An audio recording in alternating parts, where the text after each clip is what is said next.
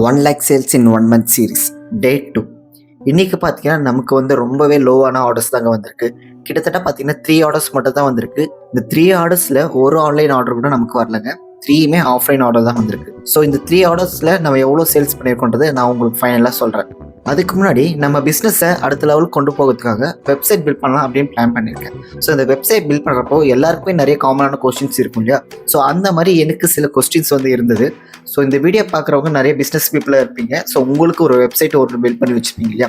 But எங்களை மாதிரி இருக்க ஸ்மால் பிஸ்னஸ் பீப்புளுக்கு ஒரு வெப்சைட்டில் மெயினான ஒரு டவுட் என்னென்னா, வேர்ட்பிரஸ் யூஸ் பண்ணி காமர்ஸ் பில்ட் பண்ணுறது பெஸ்ட்டாக இல்லைனா ஷாப்பிஃபை மூலிமா காமர்ஸ் ரன் பண்ணுறது பெஸ்ட்டாக? இந்த டவுட் எனக்கு ரொம்ப நாளாகவே இருக்குது. இது ரெண்டுத்தில் எது நல்லா இருக்குன்றதை நீங்கள் கமெண்ட் பண்ணுங்கள். இது எனக்கு மட்டும் யூஸ் ஆகாது, என்னுடைய வீடியோஸ் பார்க்குற நிறைய ஸ்மால் பிஸ்னஸ் பீப்புளுக்கும் இது ரொம்ப யூஸ்ஃபுல்லாக இருக்கும். ஸோ இன்றைக்கி டோட்டலாக நமக்கு சேல் ஆன அமௌண்ட் பார்த்தீங்கன்னா 1265 தாங்க. டே 1 அண்ட் டே 2 இது ரெண்டுமே நம்ம ஆட் பண்ணி பார்த்தா டோட்டலாக நம்மளோட சேல்ஸ் கவுண்ட் பார்த்தீங்கன்னா 4035 rupees நமக்கு சேல்ஸ் இருக்குது. நான் இந்த மந்த் 1 lakh சேல்ஸ் அச்சீவ் பண்ணுறேன்னா இல்லையான்றதை பார்க்கறதுக்கு நம்ம பேஜை மறக்காமல் ஃபாலோ பண்ணிக்கோங்க. அதே மாதிரி உங்களுக்கு ஏதாச்சும் கிஃப்ட் தேவைப்பட்டால் என்னோட நம்பர் கான்டாக்ட் பண்ணி நீங்கள் தாராளமாக பர்ச்சேஸ் பண்ணிக்கலாம்.